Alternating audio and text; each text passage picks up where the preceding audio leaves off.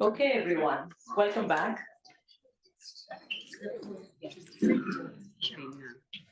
I'm really looking forward to this roundtable discussion, which has been structured as a collaborative effort that brings different types of areas, different disciplines and different areas of expertise together to think through this topic of the futures of work. And we'll be taking quite an expansive view. And what we'll try to do is to kind of think together to highlight the key components of the present and the future that are relevant to this issue of futures of work. And at the end of the discussion, what I'm hoping is that we'll have a set of kind of concepts and things to think about that we'll jointly kind of construct. What's really interesting, I was talking to Payal earlier, and we're talking about the kind of wide variety of disciplines that we've kind of brought together.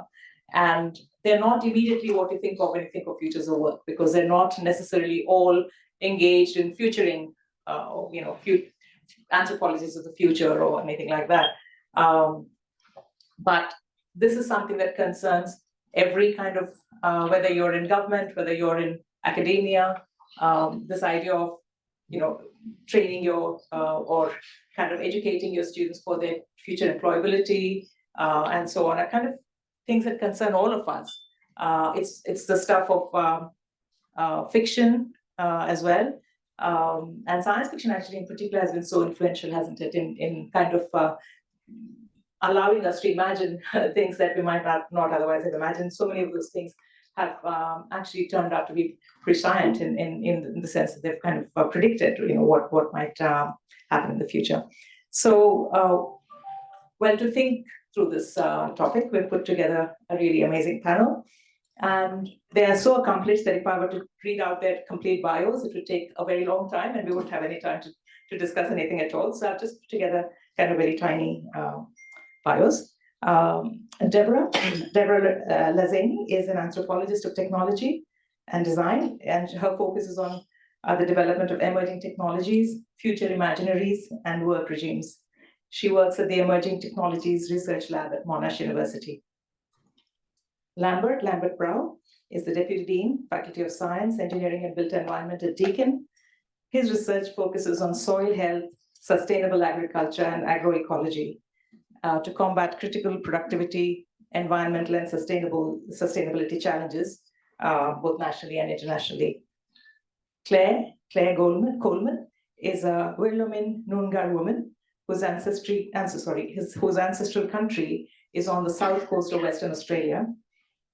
She's a novelist. She's written 3 novels, Terra Nullis, The Old Lie, and Enclave, and a non-fiction book called Lies, Damned Lies, a personal exploration of the impact of colonization. She also writes poetry, drama, and essays, and she's also a well-known art critic. She's a founding member of the Center for Reworlding, so you can imagine that this is very central to her thinking as well.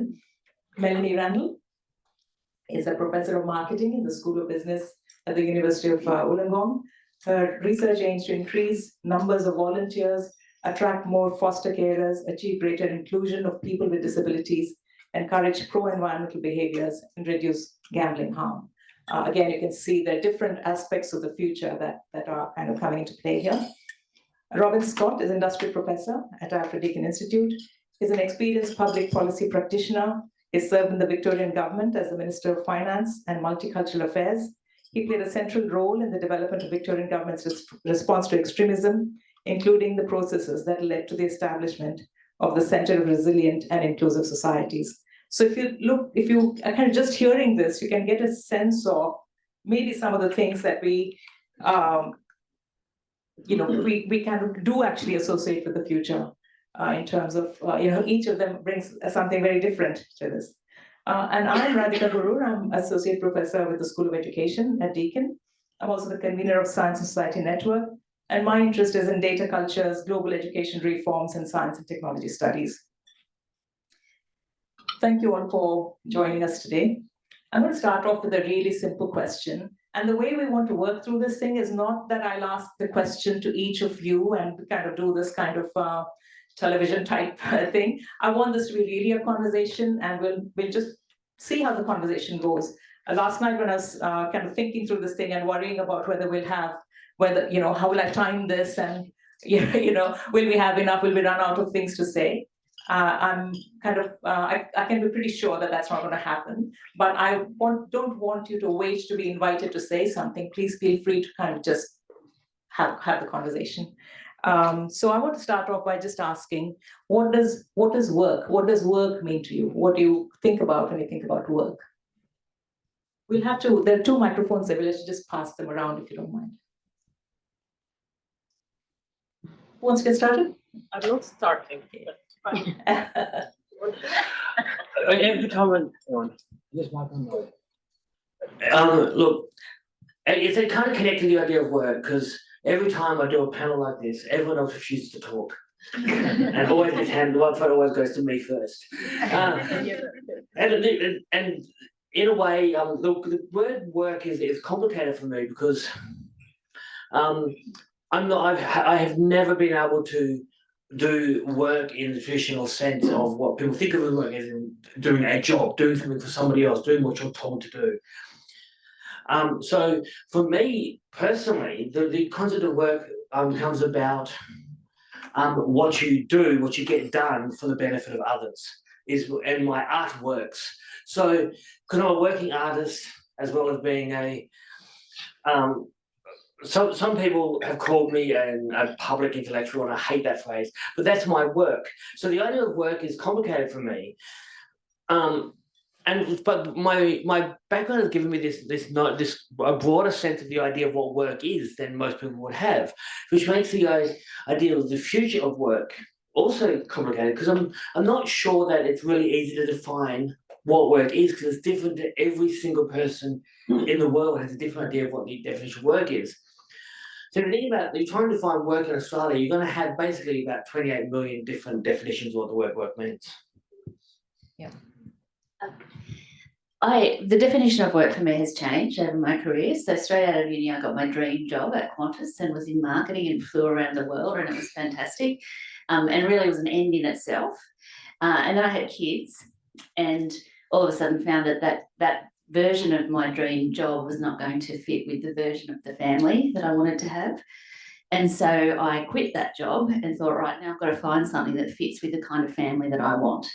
And I was fortunate enough to stumble into academia. And the reason I stayed there for 20 years is because it is flexible.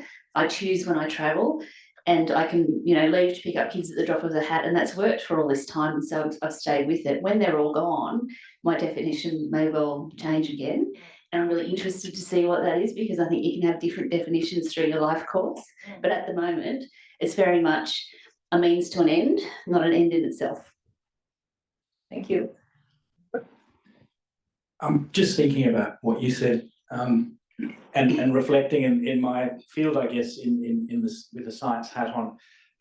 Work was, when I started as a postdoc, it was very much you had a role to do, to work at a bench, to do an experiment, to get to an endpoint where there's some data towards answering a question or moving forward in a project. And I think the way that work has changed within that space is that the technology has taken a lot of the requirement of that hands-on work to occur. There's a lot of things we can do now. We can automate. We can pass on to either to very sophisticated machinery, but also to interrogate vast data sets in a way that we don't need to anymore. So I think work has now changed in that science field, I think, towards connecting that data with the people who either need to use it or connecting it within that network of scientists themselves. So I think it's moved away from that very applied one person, one role kind of approach to I think a good scientist needs to connect with everyone. I think that's changed that way. So you're talking of kind of more networked. Actually, my father was a soil chemist, and I remember the lab that he had, and the kind of very hands-on. He was also within a farm. He was an agronomist, and so I can imagine that your work would be quite distinctly different. Robin, you've been in government, and I was just thinking about how governments think about work is a completely different thing, right? So. In terms of how government thinks of work, which is a central part of people's lived experience in the society and the economy, how people finance themselves. So it's thought of in a very utilitarian way, is the way I describe it in government. So you want to have people having work because the alternative is unemployment. So what is it right for? What is a desired kind of? Yeah, very much a desired outcome. Now, there are other aspects of government. I used to have responsibilities for the Occupational Health and Safety Regulator, where there will be interventions into the workplace for government. So you'll have roles where you're seeking to regulate what happens within a workplace to mitigate negative outcomes. And I was a state politician, but at a federal level, there's obviously other regulators that deal with other aspects of work around pay and conditions. So it's very much a utilitarian functional relationship, but work is a positive. You know, that's how it's always framed. I mean, because the alternative is seen as unemployment, you know, which has lots of deleterious consequences. Within the context of work, though, there is an issue about emerging issues around things like the gig economy, how you regulate work, the informal sector, and so there's sort of regulatory step-ins where there are, and then you get into pay and the sort of inequalities of pay that were touched upon earlier. So there are, as a general principle, work is a positive, but within that there are regulatory step-ins to where there are more negative aspects in the workplace.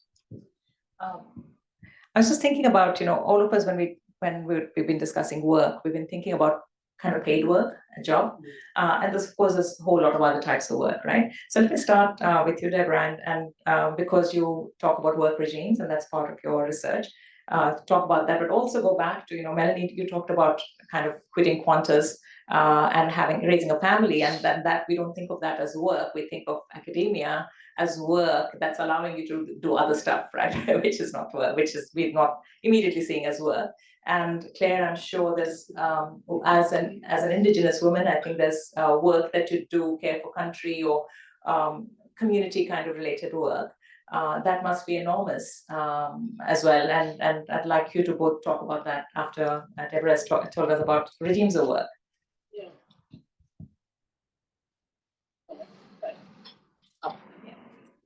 No.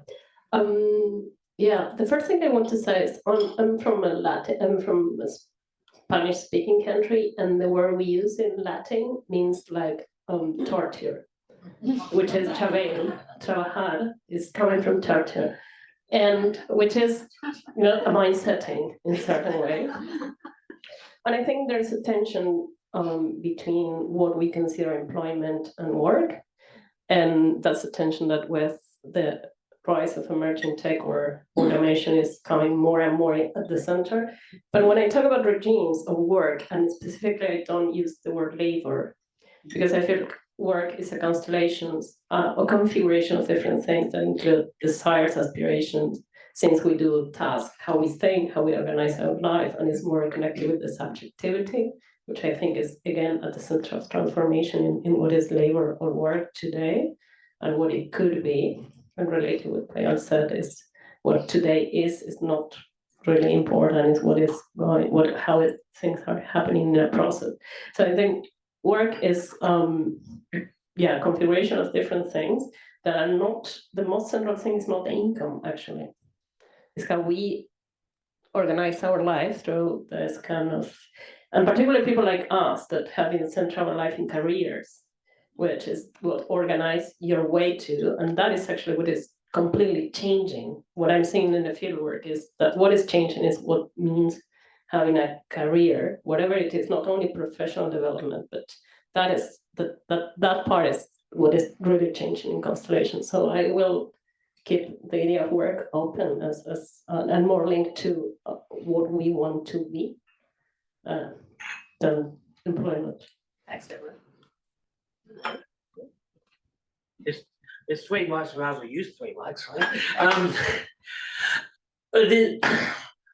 Just hearing everyone else talk about work reminded me that earlier this week I was at ANU running as part of the Centre for Rewilding, we're running a kind of an art and science workshop using artistic techniques to develop a new system with artists and scientists. And an observation was made that when we're doing that sort of work, the work of an artist in a workshop, looks a lot like play. And the idea that often the best work we get done is actually when we're free to think and let our minds be free without the concerns of is this work or not, and is this working? And the idea that play is actually an important part of work in certain forms of work, including in being a mother. It's important to play, and in arts it's important to play. Even science needs a playfulness to work. So I suppose so that means the definition of work is well, I mean, in the stricter sense, it is expenditure of energy to a purpose. Is the kind of stricter sense of what work is. But if that the purpose is a more playful purpose, that doesn't look like work. And also about the Indigenous thing, it's certainly true that that caring for country, caring for family, which comes first above kind of paid work, even to the point where I know people who are like not doing as well at their careers as they could be because they're too busy looking for family, caring for family and caring for country. That's also work, and I suppose when it gets down to it, what's important to distinguish these things is to knowing that work is expenditure of energy for some purpose, working out what the purpose is, what you want the work to be, and what the work is. And that's the kind of thing that kind of covers all these issues of Indigenous work, mothering work, caring for country as work, and play as work. It's to a purpose. Yeah, I definitely agree with that. And I think if we take the broad definition of work as the stuff you choose to do with the time that you have, it does change throughout your life. And I think that, the shift at certain times that more of the work is focused on family, is a choice. And later in my career, once I don't have the work of the family, I suspect it will come back to more of a balance between some kind of paid work that I choose because it's particularly meaningful to me. I would have the luxury of that, but also balanced with volunteer work.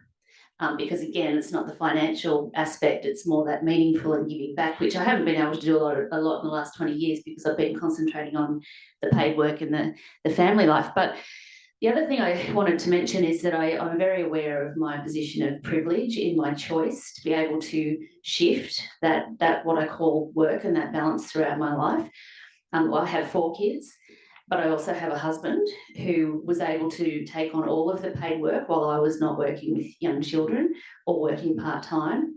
And then he being very supportive of me retraining to have a different career in academia and working my way up over 10 years to a position where either of us could support the family.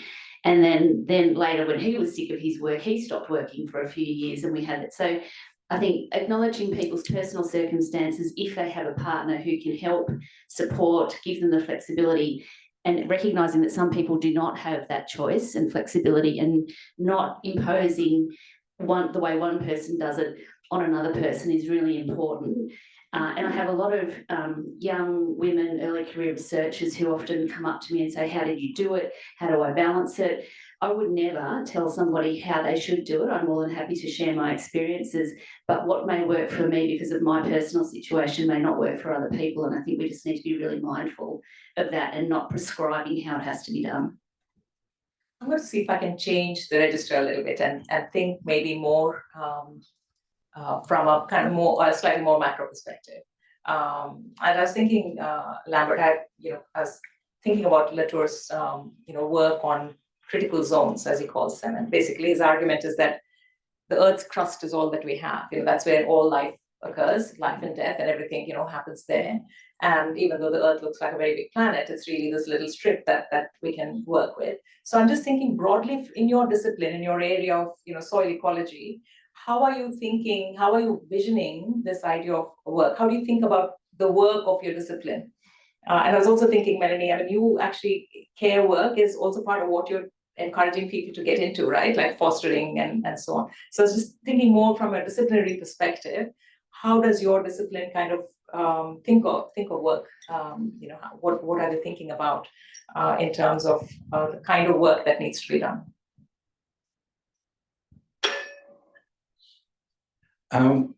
it's changing very quickly.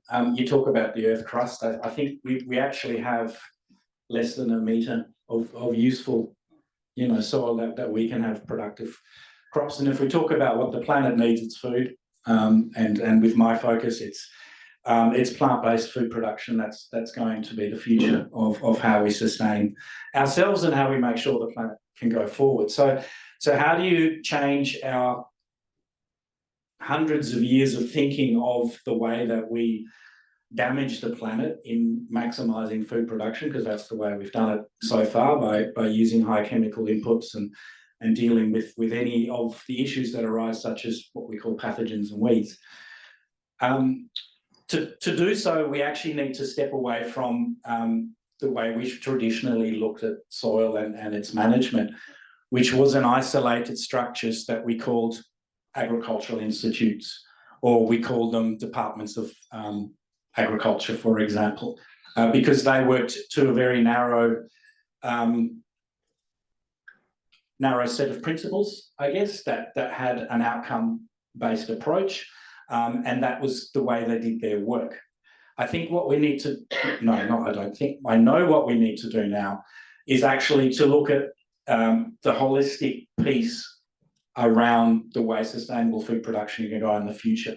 And that means it's so multidisciplinary that we're learning all the time just how broad that becomes. And part of it is that we've got the traditional science and understanding what's happening in the biology and chemistry.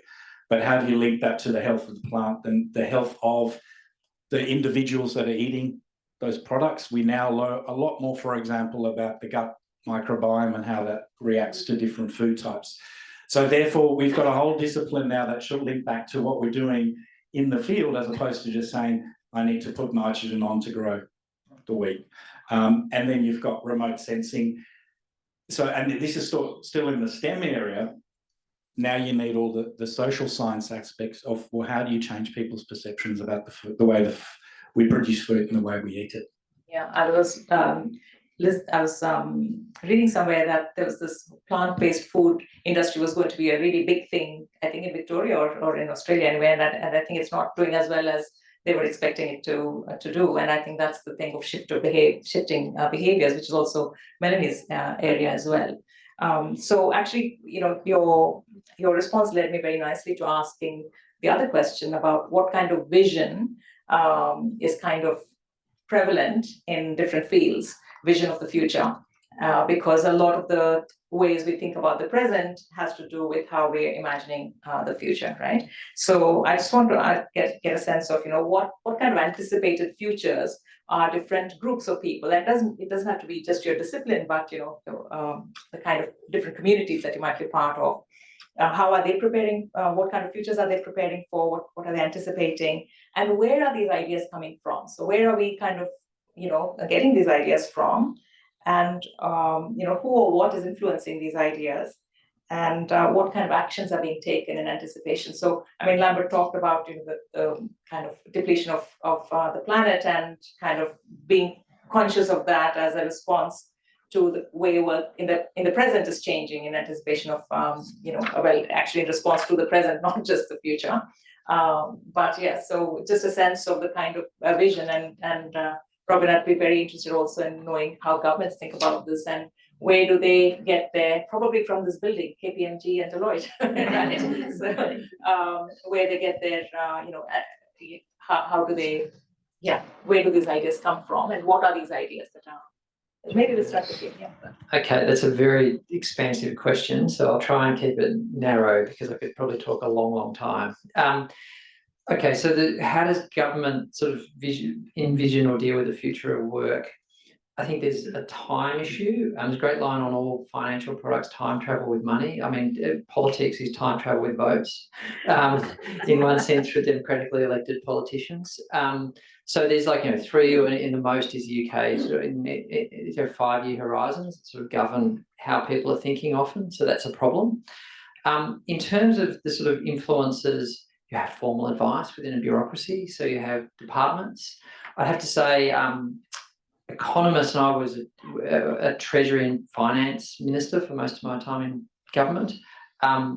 economists are pretty cynical about transformative ideas and actually tend to say, we've heard this before, things will go on much as they have, tends to be the view. There are others who have a different view. So there's this sort of existential question, will work fundamentally change in the future? And the advice governments tend to receive, and I'm sure there's not just my experience, is no, is the advice most governments are receiving from economists, because they say, well, we've heard before that, back to Ludditism, that, things would get rid of work and things, and as a general principle, that people in government get advice saying that's unlikely to be true.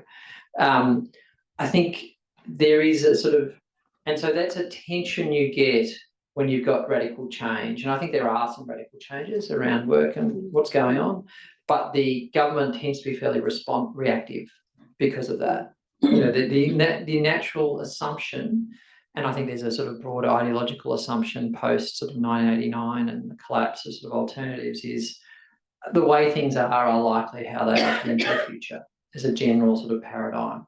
So that's not to say people don't muse about sort of you get issues where there is significant disruption in an area of work, and a good example would be something like taxis and rideshare.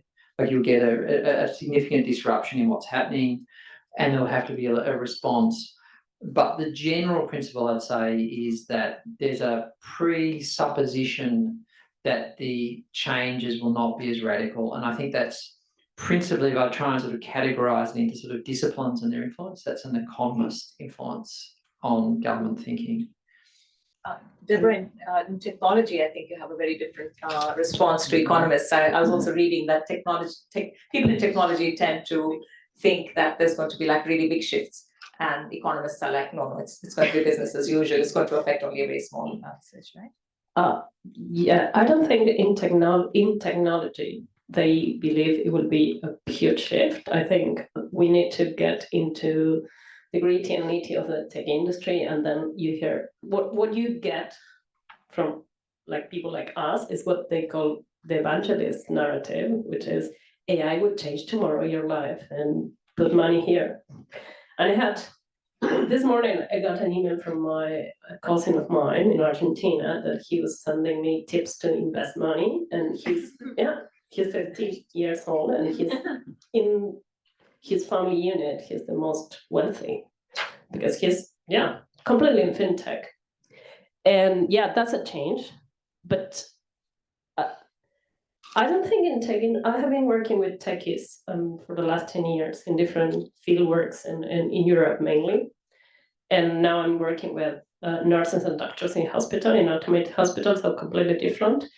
But what I learned from techies, they don't think about things changing dramatically from technology. They see next step, they see potentialities, but when they have their own visions are always rooted in things that we need to take more seriously, like science fiction, for example, to say something in common. Take seriously mean understanding what culture and literature are gave to us, where we are coming from, our own trajectories. But in general, in my experience, in high-tech industry, the people doing the technology, the visions are backwards, are always orientated to the past, to different possible past. And what is orientated to an actual next step is what they do, is the making, not the visions they have, which is something as we have written about it and in different areas. Emma, different people, the people working with imaginaries and imagination and things like that is something that is well documented. But in my experience, it's not about radical change. It's about how we orientate these processes to places we want, how we intervene in our different points to make things happening in align with the values that we want for the future. For the future is tomorrow. And I think in general, the tech industry, not the big tech or the narratives, which is other thing we can talk later, but people working in the industry, they're quite aligned on that. They want business as usual. They don't want nothing radical. That's the truth. They want like growing in the way they are going, which is more and more money, more and more profit, more and more, and then talking about inclusivity, that's something that we also, the kind of work that are starting to be around with big tech.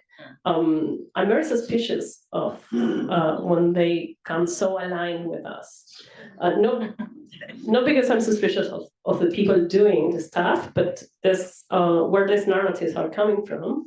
So I think if we should focus more, instead of the visions of the future, the technologies of imagination, which is a term coming from Smith, an anthropologist in Europe 10 years ago, which means through what means people are imagining, what means are the industry or us given to people to imagine, not the compose of the vision or the imaginaries. Yeah, in fact, one of the things I was that I'd also like us to discuss, and I know Claire that you want to add to this, and I'll say to you in just a moment. But I was thinking, a lot of my work has been kind of examining the politics of big data, and before that, like statistical data. And that's a completely different way of thinking, right? Statistical data was a very kind of, we used to have 5-year plans in India, I think countries still make 5-year plans, so whatever, but I think they have to kind of keep shifting probably in shorter times. But this idea that something was predictable, I think is, at least in popular media, is disrupted very much by this idea that everything's going to be disrupted, everything's going to be kind of sudden, and big shifts are happening, and so on. And that itself creates a sense of uncertainty or kind of disruption in our lives, and fear of will we become obsolete, etc., etc. And that's a whole other kind of set of things to cope with. So I was wanting to also kind of get a sense of if we have visions of very much changing futures, or kind of dystopian kind of understandings of the future, how does that kind of what kind of new challenges does that kind of bring forth? The thing about this idea of technology changing work is every generation, a bunch of science fiction writers will write something that suggests that in the next generation, people will work less because technology will make it easy for everybody. Every generation of science fiction writers do that. Way back to H.G. Wells' work about that. And every generation, in fact, people are working more hours. And there's a reason for that, because when there's a new technology to change the way people work, what it tends to do, instead of pushing the hours down, what it does is push money upstream. In other words, when someone creates a new machine that eliminates jobs, it doesn't reduce everyone's work. What it does is it gives money to the guy who invents the machine. And then everyone else ends up doing other jobs instead. Now, this is a kind of a dystopic idea, this idea that no matter what we do to make our lives easier, our lives get harder, right? And that comes down to what it essentially comes down to, and there's been a lot of science fiction made about this idea as well, is we need to, in fact, change our thinking about if someone, to use the example of the generative AI industry, which is the first time that the jobs of academics and creators have been genuinely threatened by technology. In that, sure, at the moment the AI produced academic papers are completely garbage. We know this. There's academics been sacked for using completely garbage AI papers. But on the other hand, they may get smart enough to one day threaten the job of academia, threaten the job of creative people, threaten the job of writers. I don't see it happening anytime in the next 20 years or so, because AI is developing much slower than people think it is. But if they do actually manage to disrupt the I suppose you call it the thinking industries, the intellectual industries, what will end up happening is the people who own the AI tools will get wealthier, and the rest of us will get poorer again. And academics will find they'll work more and more hours for less and less money, doing more and more mundane things, while the people who own the AIs get rich. That's kind of what will happen with this idea that technology will change the way we work. What it does is, the classic example is people use, which is cars took away the work of what people say is the invention of the car eliminated the job of buggy whip maker, right? But it didn't eliminate the jobs, because they didn't end up with like people sitting and going, well, I was a buggy whip maker and now I don't have a job. They got another job, but that job was probably not as good as the job they had. But the people who made cars, who own the car factories, made a lot of money. So the problem isn't the technology. The technology is not going to save us. What it's doing is it's going to make the owners of the capital wealthier. So the question I suppose we need to consider, if we want to consider a bit longer than like a 3-year plan, and a thought experiment we do at the Centre for Rewarding is we ask people to imagine if you were trying to plan 100 years in advance. So you're planning for after you're dead, because none of us are going to live from now for 100 years. What does that style of planning look like?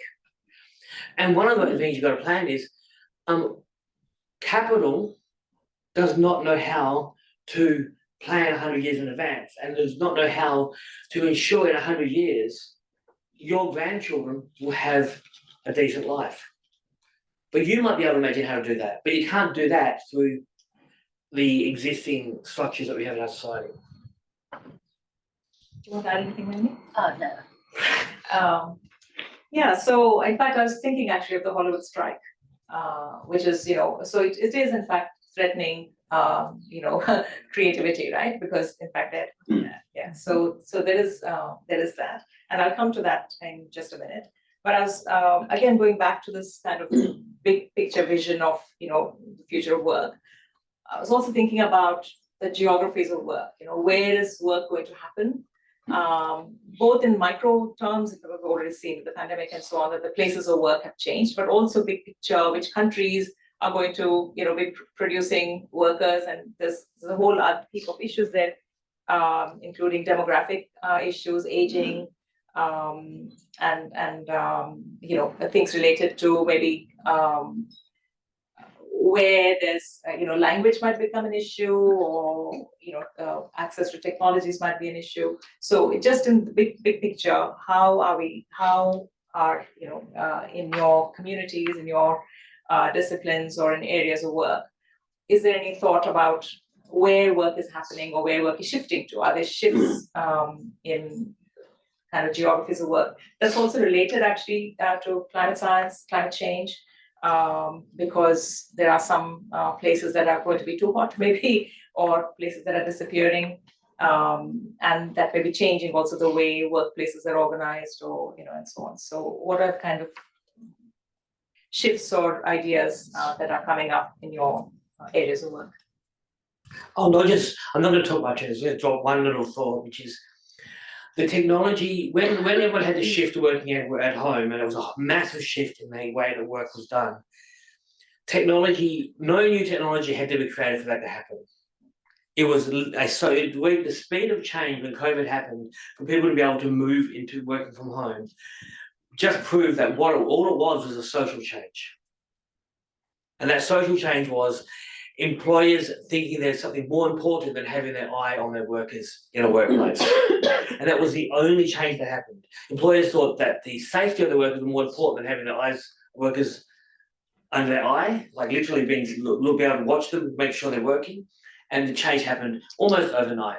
And that's one of the many cases where the issue is not a kind of a futurist idea of finding new technology. It's a situation of getting what we already have and finding a way to use it differently.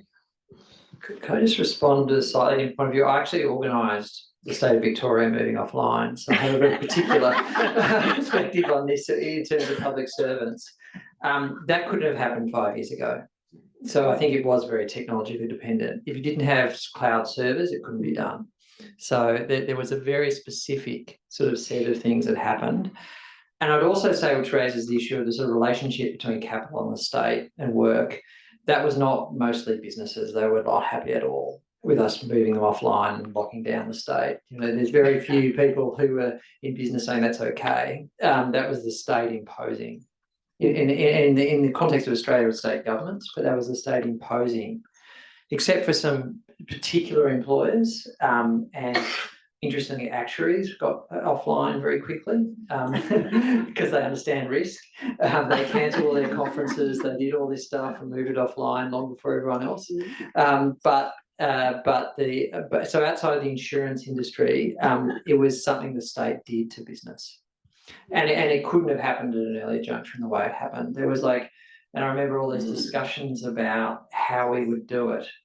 And I came back, I did the whole backstory from China in January and said, oh, we're locking down, and people didn't believe it, I assure you. And sort of started work on that in late January, of what we would do. And it was much easier than people thought, but principally much easier than people thought because there'd been a radical shift in the ability to hold data and where it could be held. And that was a relatively recent development in terms of what was available in the market. You could just buy these cloud services in the market and have virtual networks that were relatively secure, not perfect, but relatively secure enough for businesses and government. Government's got all sorts of legal onerous responsibilities around privacy of data. So, I'd say it was a function of the available technology plus a function of the state's relationship to capital. And I would not take the view as often as proper that that governments are losing their agency and that corporations essentially just run the world. That's just not true. When an extremist, you know, whether it be the financial system and what the Federal Reserve did in sort of March 23rd, 2020, or actually what happened in terms of how governments interacted to businesses. The future, you know, democratically elected governments have an enormous ability to shape how there are some caveats because there are aspects of the society that exist outside of regulatory frameworks in the informal economy, and it's very different there. But and they drove a lot of the outbreaks during the pandemic, by the way, those informal economy bits. So I'd say the technology is very important. The state has a really critical role, and a much stronger role is actually often emphasised. To be fair, cloud servers of the reliability we use now have been around about 15 years, not about 4 years or 5 years. So the scale that we could buy them. But scaling up is not a technological issue. It's an economic issue. So. Probably a bit of both, maybe, because because I think the ability to kind of put more and more transistors onto a smaller chipboard. I was thinking also that in education, I'd say probably it's all, and particularly the global south, I'd say that's pretty much that was true as well. That they didn't have a lot needed to change, you know, to be able to kind of pull off work from home. And I think I don't want to say just global south, because I know that in New South Wales, some schools, particularly in areas that had more Indigenous children in schools, they suffered because they didn't have the tablets, they didn't have the resources already in place, and Victoria too. But so there were those. It wasn't as seamless, I think, as in some parts as we might have seen in others. Melanie? I just wanted to make the quick point that, you know, with any technological innovation or discovery, you know, that's fantastic, but there's always a behaviour change element to it. And even though, you know, take the point that when COVID happened, fortunately, we had the technology to be able to do it. Had COVID not happened, despite the fact that we had the technology, would it ever have? And in that case, it wasn't voluntary change, it was forced, but look at the difference that it's made. And, you know, we also saw this with the extremely quick development of the COVID vaccine. Amazing technological, scientific discovery, but hang on, no one's going to take it, you know. And so you have to, I think, as much as we advanced in terms of the new systems and technologies, we can't forget about the behavioural aspect. And sometimes it's completely forgotten, and then the advantages or benefits that could potentially be realised by these new things are never realised because people won't come along voluntarily. And often in workplaces, that's what you need. You need people to get on board with new ways of doing things. And just another 3-second point. When people started working from home during the COVID pandemic, a lot of ableism activists, a lot of disabled people who've been looking for work, said they've been asking to work from home for like 10 years and been told no, that's impossible. And then suddenly everyone's working from home. So they're going, well, if you can do it now, why couldn't you do it? I want to ask you for a job. And that's kind of the social change thing. It's like, why now? Like, it's the people aren't willing to do things unless they're forced to, or unless it's for everybody, not just for the people who need it. Yeah. No, I was thinking in a point. I refuse to think technology or creativity in the ways that like simplify media discourse is going on. I don't think creativity is just contained in the work you do, and creativity could completely like be expressed and do things. That is how humanity. My background is in anthropology and biology, and if there's something called evolution, it's because we do what we do and create things. I'm not a positivist here, right? Just an example. And I think I was thinking is like you ask about geographies of labor, and I think there is a difference between geographies of labor in academic research field and geographies of work. And one of the things that geographies of labor is looking is all the networks and connection between the different parts of the world, and they are saying more and more. Some scholars from Amir from UK, for example, thinking like there's a different pockets in different societies of this global south, so-called global south. And if we keep thinking there's a divide between developed and undeveloped, or that kind of all this kind of like that are useful, and we saw in the Payal talk, sometimes we need to talk in these terms, but I expect a government not thinking that in that terms. I feel like we need to start to unpack things. That's one point. And I also feel like when we talk about technology, and particularly aligned with work, we tend to think about like devices, isolated things, like systems. And I feel it's much more.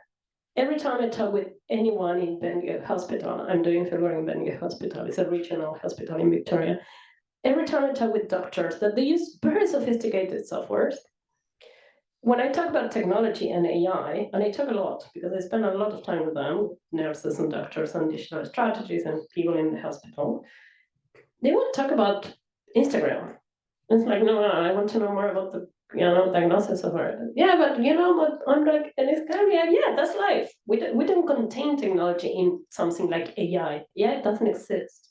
I was a witness of when the discourse inside of the companies changed to talk about AI. What before was Internet of Things, and before was like, so we need to unpack the discourses. And maybe because I'm coming from the global south, but I completely believe the role of government is central, because it's the only way we have to intervene as majority of non-owners of capital, taking a position now.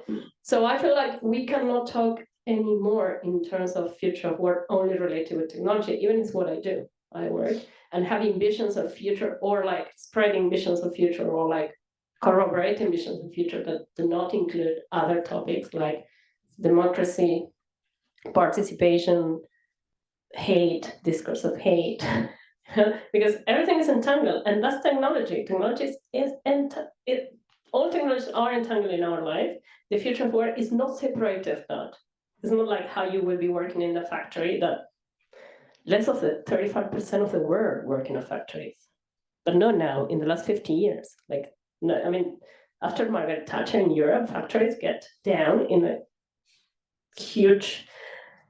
So I think we need to, my point is, if there's a vision of the global work, it has to start to unpacking the terms we use to address that visions and to create this vision or correlate that vision.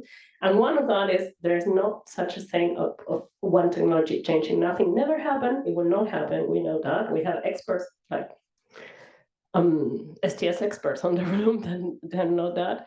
So changing the way we address these visions and imaginaries for me is the first step. I was just thinking, Robin, you in particular had a role with, I think was it addressing terrorism. And I was just thinking about, if you take Debora's notion of participation as work and participation in life and society, and through various means, particularly social media. I think that's another issue that's kind of in fact that's kind of come up a little earlier than I was expecting in the discussion. But let's go there, and I'll get back to some of the other issues that I wanted to address. So that's a very deep topic. You are plunging into deep waters. I'm possibly, I don't know, our guest is very sanguine in comparative to most sort of doomsayers. I'm probably less sanguine about that aspect of technology and the sort of algorithmic manipulation of people into silos and the radicalisation process. And I think it's a much broader issue than it once was sort of viewed in terrorism. It's a much broader issue across society, and is in a sense sort of pulling apart democratic societies in a way that I'm, as someone who's sort of obviously very interested in politics, find extraordinarily troubling. So I'm not that sanguine about that aspect of what's happening in the society and the sort of collapse of understanding. So I suppose in sociology, people talk about, there's obviously sociologists in the room, and I'm not one, but bridging social capital, that sort of collapse of bridging social capital, and the strengthening of bonding social capital within groups who are relating to each other in a way that can be very negative for their relationship with the rest of the society or other members of the society, is, I think, something that we'd once just sort of view as this sort of little isolated pocket of a problem around radicalised subgroups within the society. And now we'd sort of see as a much more generalised problem. And one in which I have to say political campaigning and the way in which it's been undertaken, even pre this, in terms of some of the sort of targeting you used to do with bits of paper actually, has been accelerating as well. Like this is accentuated by how people political campaign within democratic societies to win elections. So I think it is a very serious issue, and it relates to work. It obviously relates to how well we can govern our society and how well we relate to each other. So in that aspect of technology, I'm afraid I'm possibly much less sanguine than others about what it means. And I don't think we've come up with any realistic sort of thoughts and sort of mechanisms to deal with that at a society level. I mean, you can get 16-year-olds to unplug, or 12-year-olds, sorry, to unplug till they're 16, but that's sort of probably helpful. And that's been profit at the moment. But I think, and I'd say our governance systems are have a huge problem in dealing with it, in that our conceptualisation of consciousness is very different than those who are running algorithms. We have a very 18th, early 19th century view of a libertarian view of free will, and the people running tech organisations don't.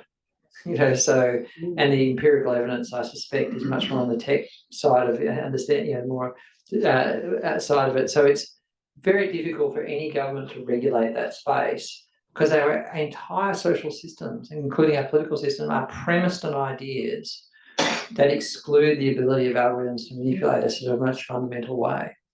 So, and that's, really sort of a very difficult problem.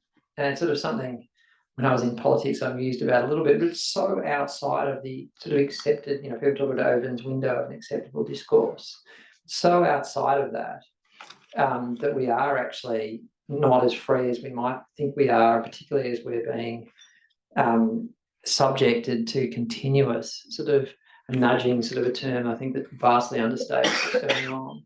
Addicted is probably a much better term. So I think that sort of like there's problems, and our ability to respond is really fettered by, classic Enlightenment views about how human beings work that have no modern empirical evidence. Wow. Let me lighten the mood a little bit and talk about this book called, pardon my language, pardon my French, Bullshit Jobs by David Graeber. And he says that, it says, if we can accept the idea that almost half of the work done could disappear without any real effect on overall productivity, then what could arise would be a redistribution of a real effect on overall redistribution of work, whereby tasks would be shared by a larger group of people. So because half the people could just stop doing what they were doing, not have any effect at all, and then they could do some of our work. I'm assuming that we'll be amongst the people who's, who would have an impact, right? I know that would be queried. So that we'd all be working fewer hours a day. And basically his argument is that, well, AI automation has in fact taken over some of the work that people used to do. But in fact, we're all working more, we're not less than before. So I just want to get a sense of, will we be working more? Will we have more leisure time? What will we do with it? That's related to this notion of, the temporalities of work, the work creep, the fact that, at 3 o'clock in the morning, I'm checking my emails, when I happen to get up to have a sip of water. So it's that kind of, that idea of what is the nature of work and what kinds of jobs will, in fact, what kind of work will we be doing? Lambert, I want to ask you as well, because, if you're talking about like the rise in, say, plant-based food industry, what about all the dairy farming and all the rest of it, that in that sense as well as kind of more the micro, you're also talking about the nature of work itself in the lab changing, or how we network as an academic community and so on. I'll respond in two ways. For my sins, I guess one of the roles I have at Deakin is working on the workload allocation model. All right. So one of the most important things that we've had to acknowledge in this work is how significantly, and this is with a focus on an academic, teaching research academic, how significantly technology has actually impacted negatively on our capacity as academics to do our work. If we go back to what we did back in the day when you chucked a slide in the projector, and that's almost when I started, or using writing on a foil and winding the little thing, to what we're expected to do now, that's hugely different, and we're only just starting to recognise that. So that's leading into what we've said a little bit before about how I think our administrative task is so much larger given the amount of technology that's available to us, because it assumes that we can take that administrative support away from other individuals and give that to, and now allow the academic, if we use that example, to do that. And in fact, what we're doing is we're just smothering them. Talked about 3 a.m. emails and all of that. So that's one response to technology. And I don't think any increase in technology, and you talked about the bullshit jobs disappearing because we can AI them away. I don't think I've seen that happen, and I don't think we will. So coming more broadly to the question that you had, plant-based food, I guess what I said initially when I mentioned plant-based, I talked about we should eat more plant-based food, as in the traditional plant, as in legumes, etc., for our protein, rather than animal-based agriculture. And yes, that will have an impact on vast areas of the world and people who are employed currently to produce our protein using animals, whether that's the protein in their flesh, in the eggs or the milk, the three substantial. And we need to be cognizant of the fact that you can't just say to dairy farmers, we'll grow some almond trees, because we're just going to make almond milk and that'll make it. So how we do that is going to be very interesting. But then to what you said a little bit earlier about the impact of governments, this is where governments can really make a change, because what we don't necessarily need to push all dairy farmers into almond milk production. But what we can do is recognise that there's a currently untapped and not well regulated and not well understood, and maybe you've got an insight on this, is the carbon market and how we integrate that into agriculture. Because as soon as the government will make a decision around what the value of that is, there is an industry around trapping carbon within the soil, and therefore actually rewarding farmers for being good carers for soil by maintaining a positive carbon balance within their soil. That means we don't need to just wholesale take these people from producing this to over there. And I think the only way that can happen is with the influence of governments because they legislate how it's done, how it's measured, and what it's worth. Thank you. Anybody else want to jump in there? I just talk about the idea of bullshit jobs. I don't mind swearing. I swear a whole fucking lot. These because I'm not an academic, I'm allowed to.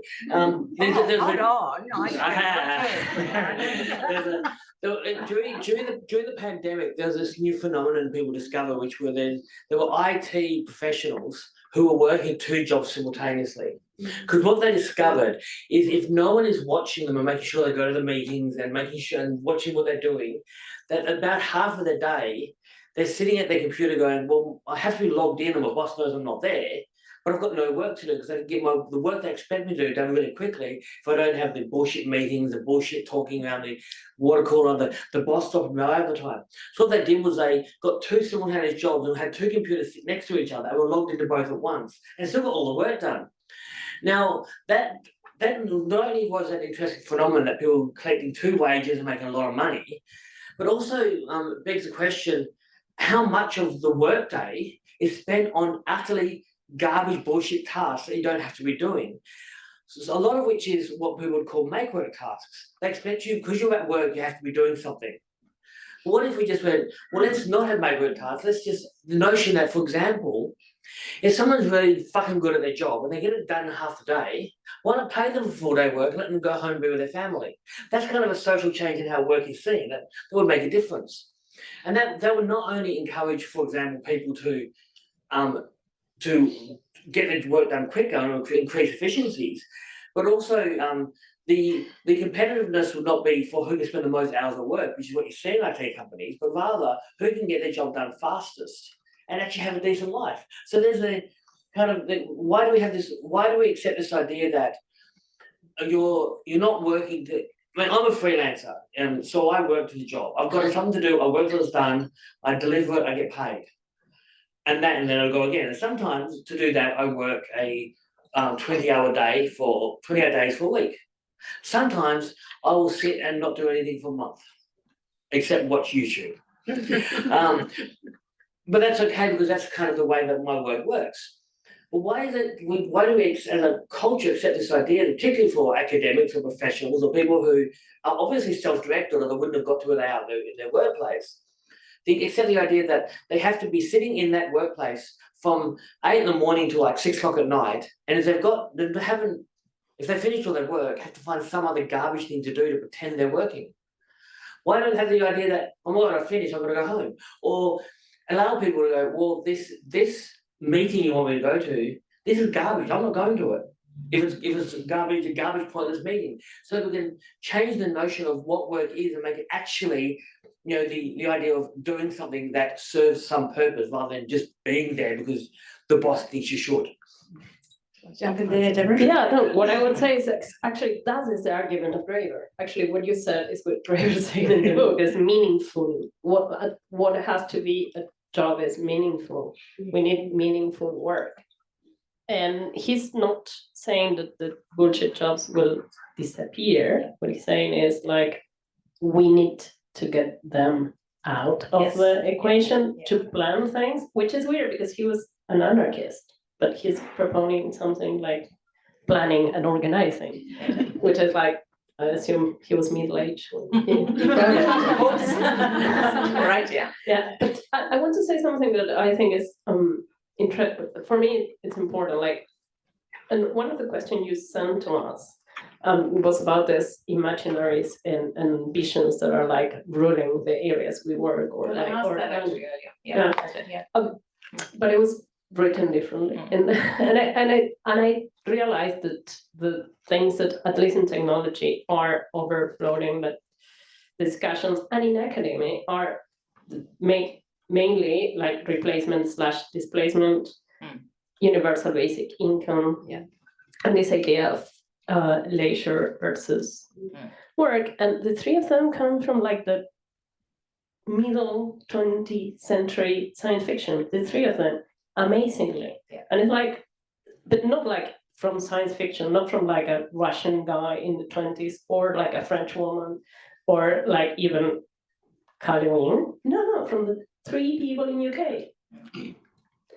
And I'm not the kind of person that like to talk about colonialism and decolonialism because it's not my game, but we need to move forward because I feel like in this conversation, we have all this more grounded things, how government work, how we work, life, and then we go to this visions of the discussion is like replacement, which is like Bachelor in the 62 is kind of like, and this making that I feel is our task to us, at least as researchers or people that try to like shape this conversation, is getting these two things closer and informing right or more accurate visions of future of the real people in the real places, in the real, even the tech industry. Yeah, I think that's in fact kind of goes to what Emma had asked Payal in her question actually, and how do we actually make that? How do we shift that?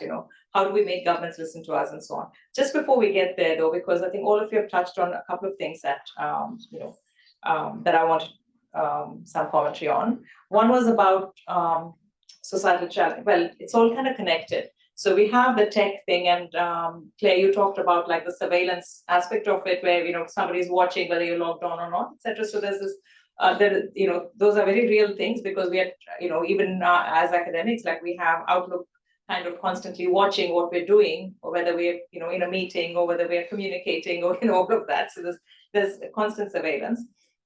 There's the inequities and kind of indignities that have come about as well. In Payal's example of the Uber Eats guy that has to rush past and at breakneck speed at risk to their own lives because they have to deliver the pizza before 15 minutes, otherwise their jobs are at risk. So we have those kinds of things, and those are as real as the academic indignities that you talked about in terms of having to do work that is not necessarily engaging or productive. And at the same time, I think there's also kind of now probably one of the things that has gotten better is that, particularly for people with disabilities, their ability to participate in the workforce is greater.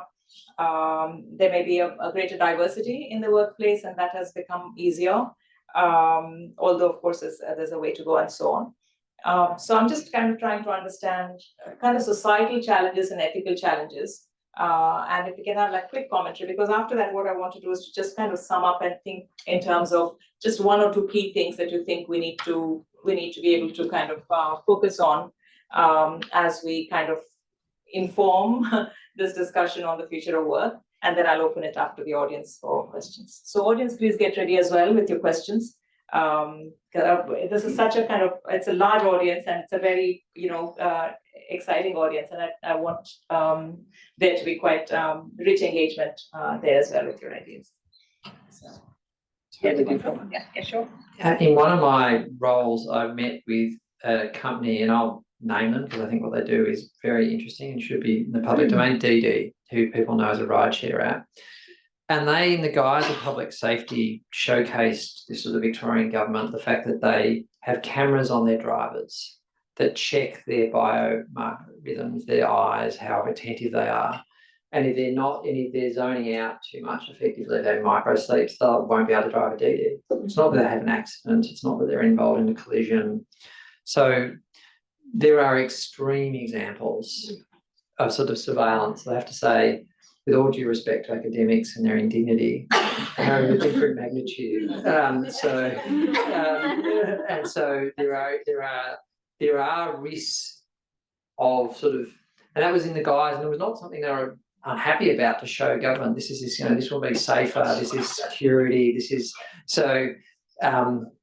And not that there aren't safety issues in things like rideshare either.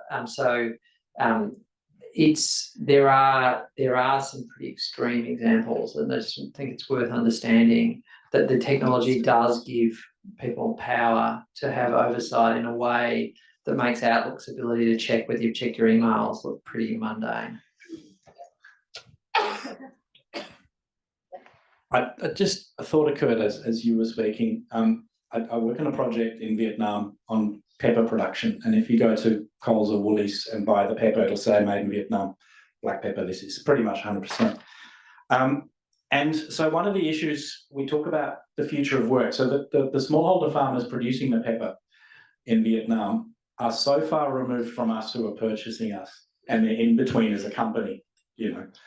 For a good to get value, it has to travel, right? Otherwise, it's the biggest part of the way that it achieves and grows in value. So I'm just thinking about our discussion today. We're still a long way off about how we can positively, we should be able to, but I don't have the answer, how we can positively change the way the individuals work, particularly smallholder farmers, to produce the pepper that we consume thousands of miles away.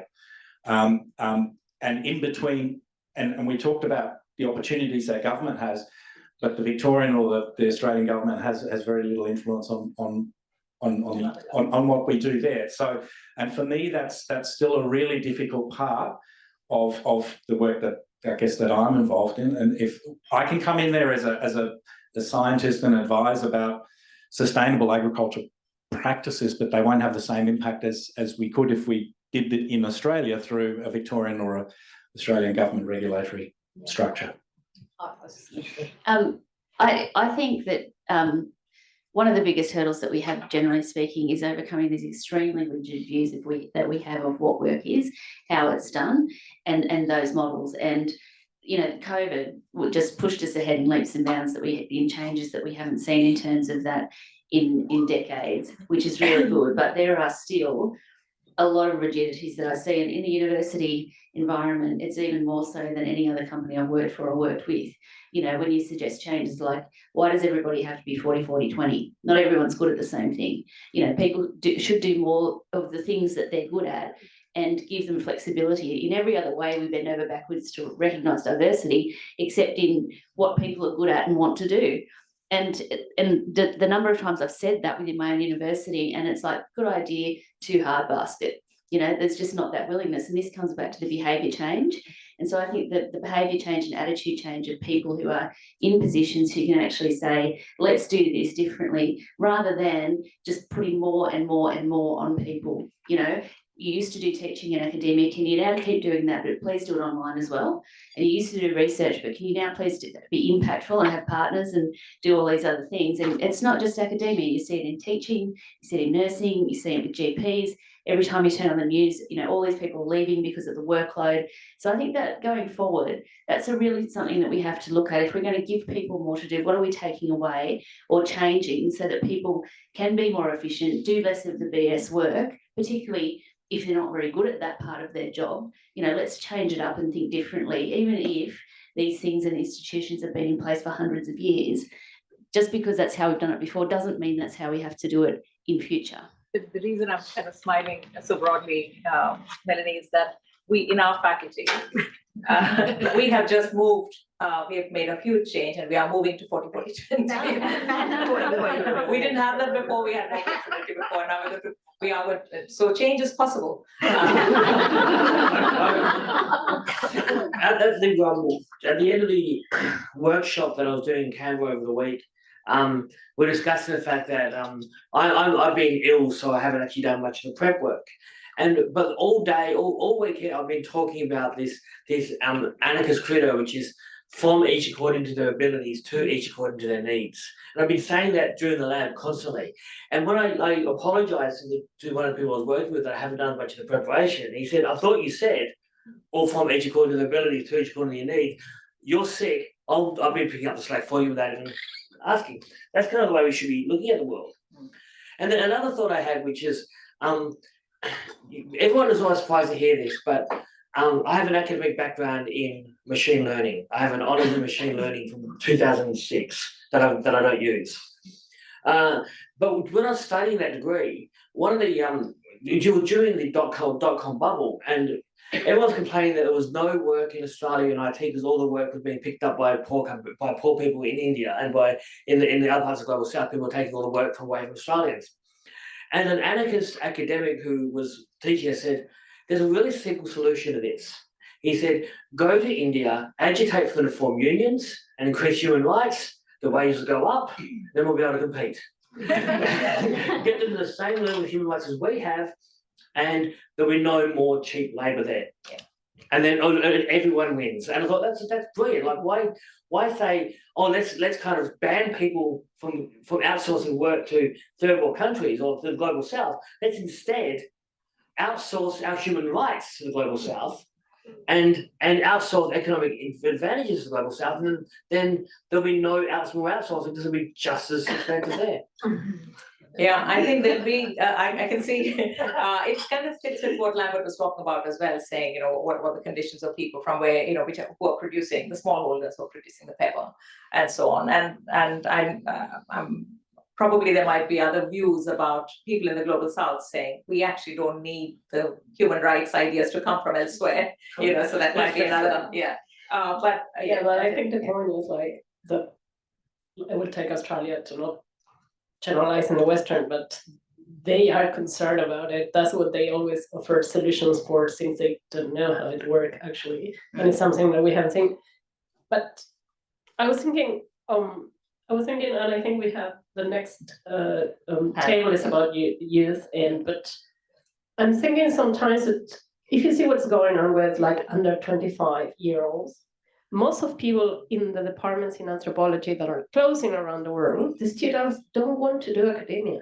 They want to do other things through anthropology. Yeah. You have this huge movement of Chinese young people acting like bird to not work or study, but not like 1, 2, thousands.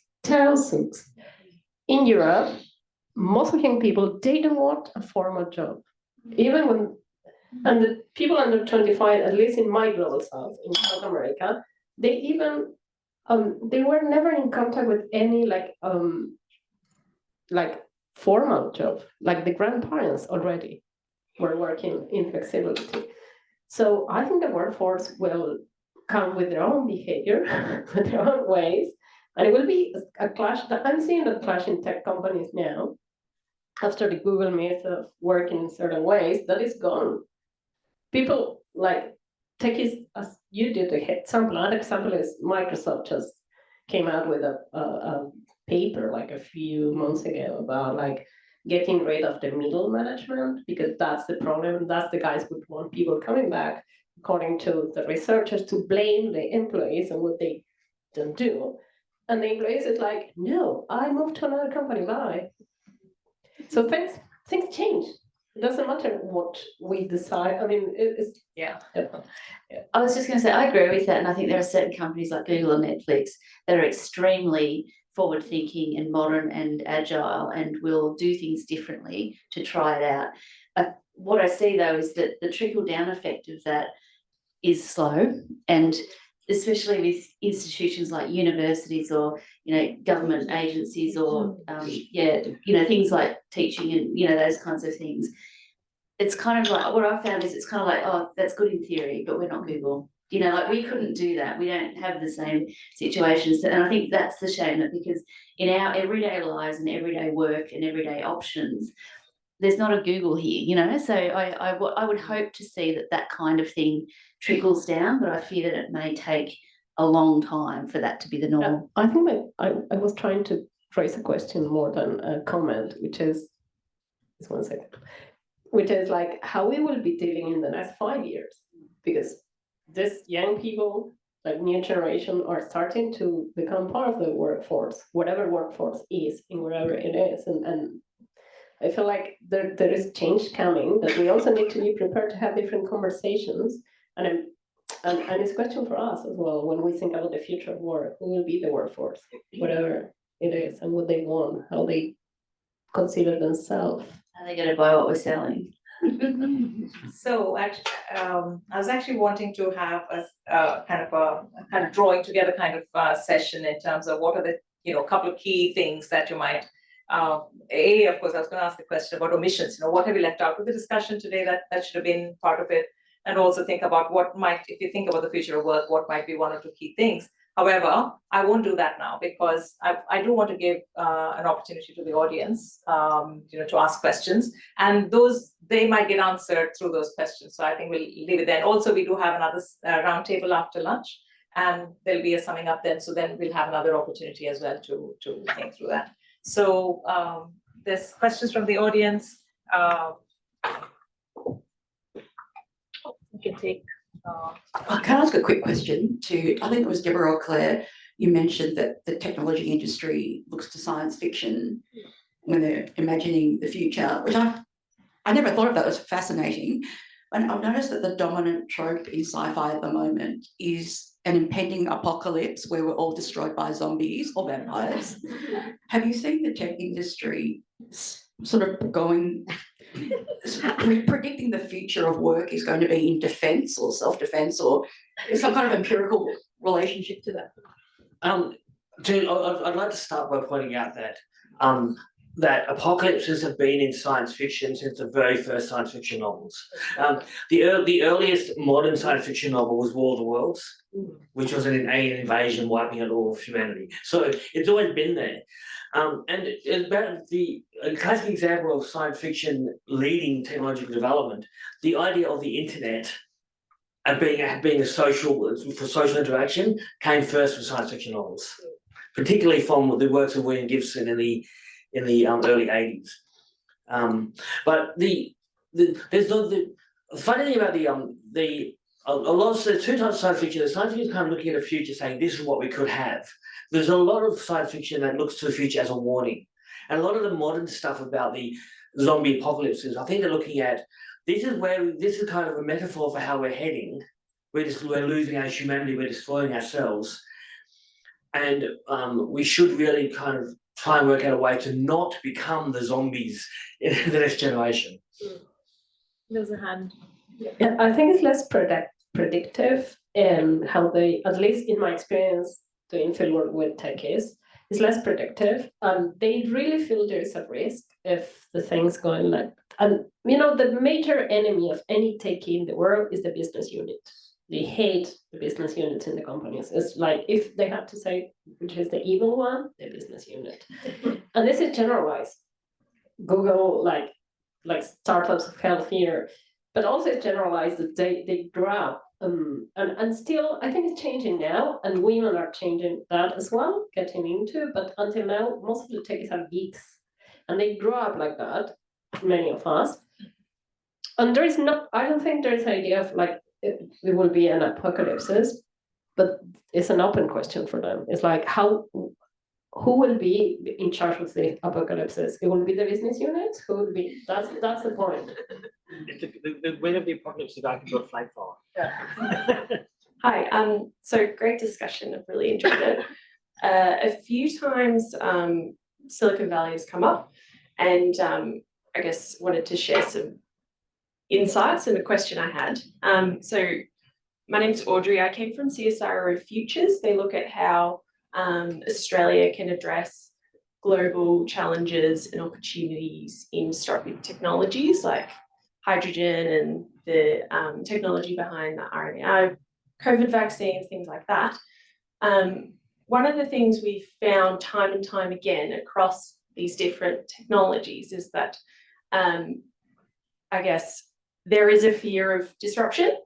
However, these technologies do need to be regulated. Australia is great at that. It makes us really good at, we're very trustworthy in parts of Asia in terms of food production. It's seen as very safe. However, what comes up time and time again is these are multi-billion-dollar industries, whether or not we pursue them.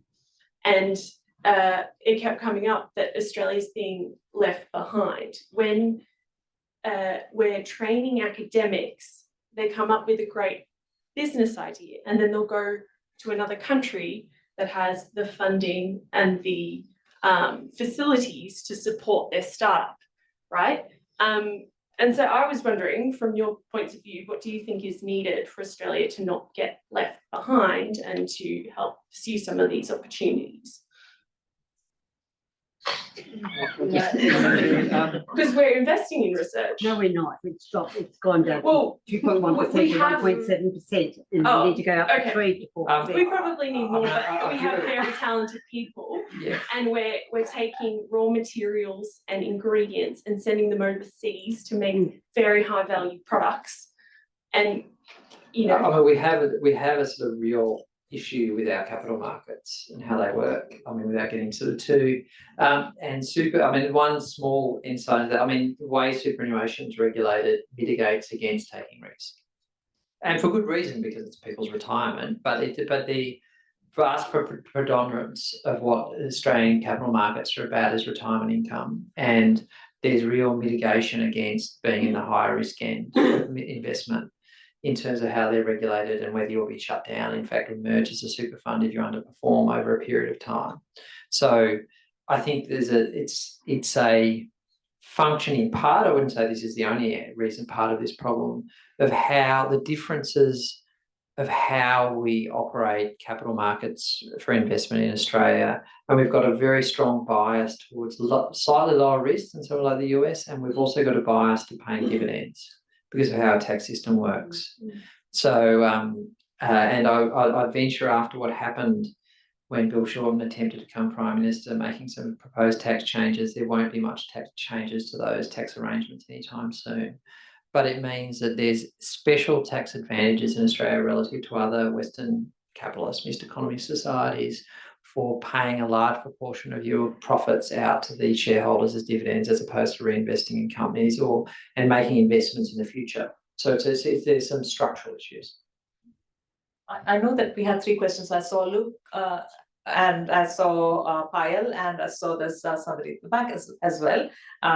So there's 3 questions. There's 5 minutes. So keep your questions short. Let's do the questions. And what we're keeping you from is lunch. So keep your questions short, and maybe we can have quick answers as well, and then we can continue the discussion over lunch.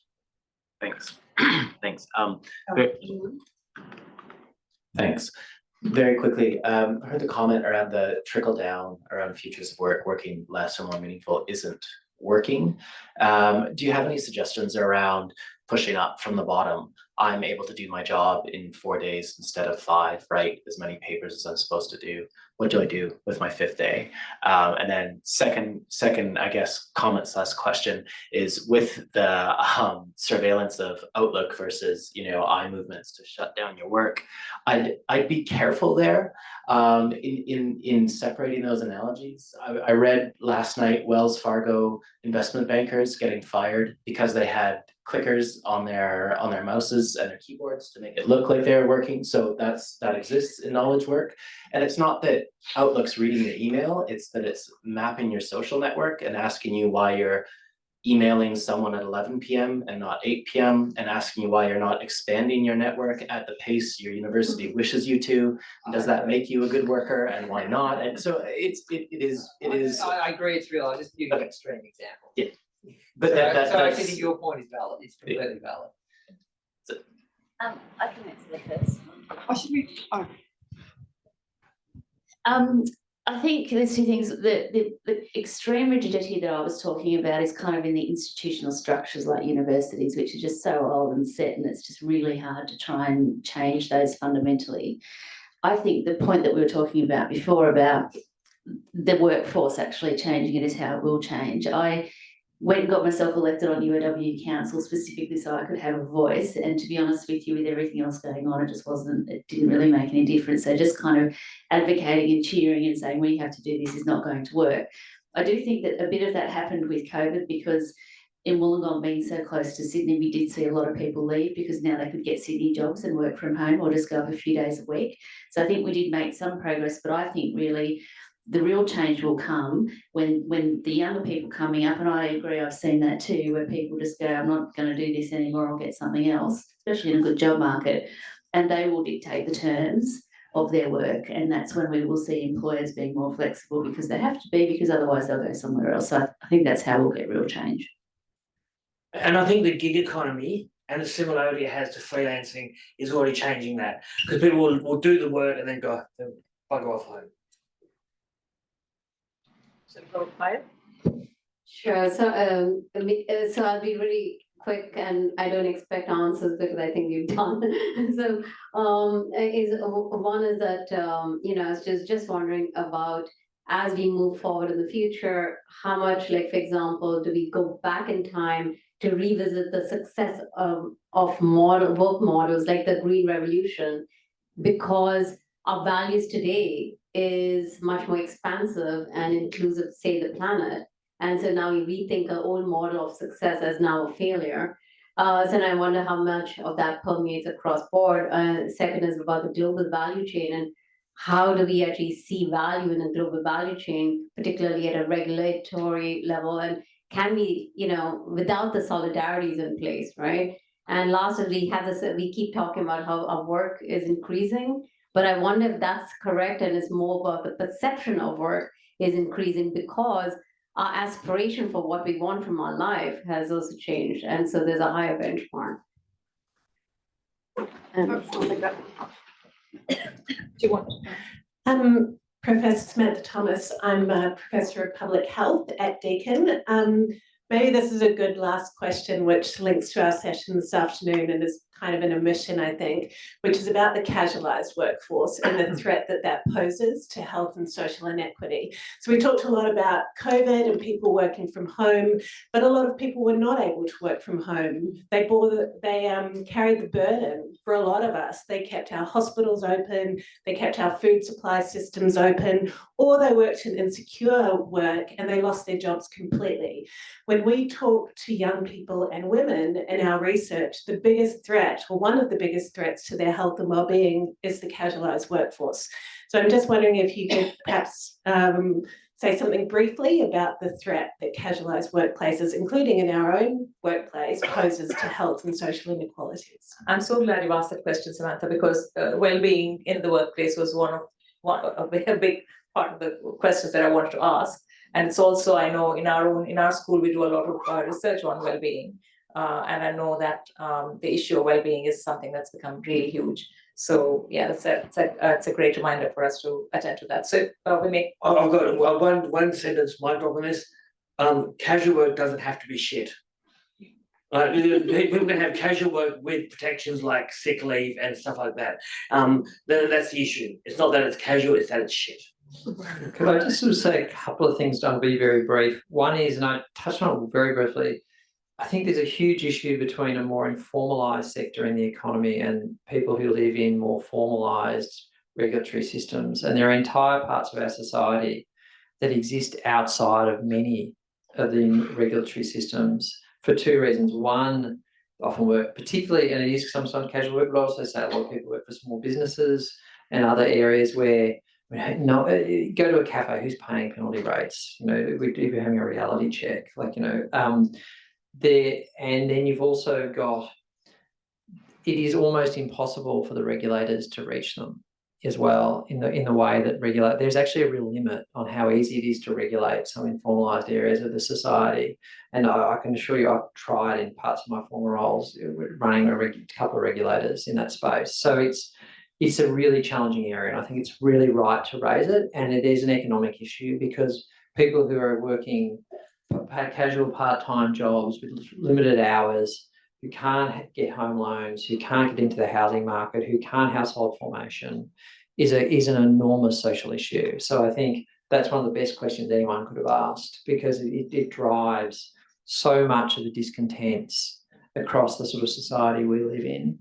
And there are winners out of the gig economies and the sort of freelance economies, but there's definitely losers, and there's definitely losers in the much more unregulated worlds that exist outside of normal occupational health and safety frameworks, outside of normal even regulatory frameworks more generally. So I think, and there's just the economic overlay of not being able to participate in the way that some people who are more privileged in their more formalised work roles have in the society. And I think it's an enormous issue going forward to work. And it was, in fact, something that we omitted at our student, and it's really good it's been raised. One comment that connected to questions. I think, and doing field work in a hospital, the casual work, even when you have the security of social security, is difficult in terms of uncertainty. In terms of what is next step, what I'm able to do, what I'm able to say, can I express that I have been doing shift during 10 days without, and that is what I encounter, again, coming from the Global South. I know a lot about casual work and flexibility, but looking at the eye of the person, it is, no, I don't want to say that to my manager because I don't know if they will call me next week. That is the main thing. And I feel in that sense, and you talk about libertarian ideas of certain things that we take for granted, that the market will be doing something or the government should make the market doing something. It's not working and it will not work. And that's clear for me, working in completely different industries and different countries. But one thing I would love to believe that we have the same values and we have new expectations of life that are more or less a common ground. I think Emma's question was around that.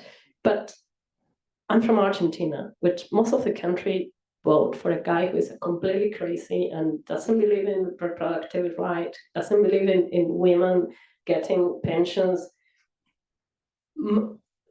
56% of the population vote and support him. Last week, parliament elections in Europe. Europe is the most progressive, let's say, progressive in this kind of things. Gone. The left part, Green Party is 2 seats in the whole Europe. 2. God. And like what it was to be the center now is far to the right. And I thought I saw the elections in France. I was keeping an eye on the elections in France because I knew that was the most tension. And I think it's one of the biggest participations in the last 20 years, this election. So who values are intentional. And I want to believe that we agree on certain things and we will move forward, but I'm not seeing that as scientists and looking I don't think that, and I feel like I'm sharing here my fear, and my fear is I'm losing the sight, losing what people want, and I'm not sure if I'm aligned with what people want at this moment, and I do prefer the government align with me than what the people want, which is almost also uncanny. It's a very sobering note to kind of close the session on, but also it kind of underscores why this was such an important discussion to have, right?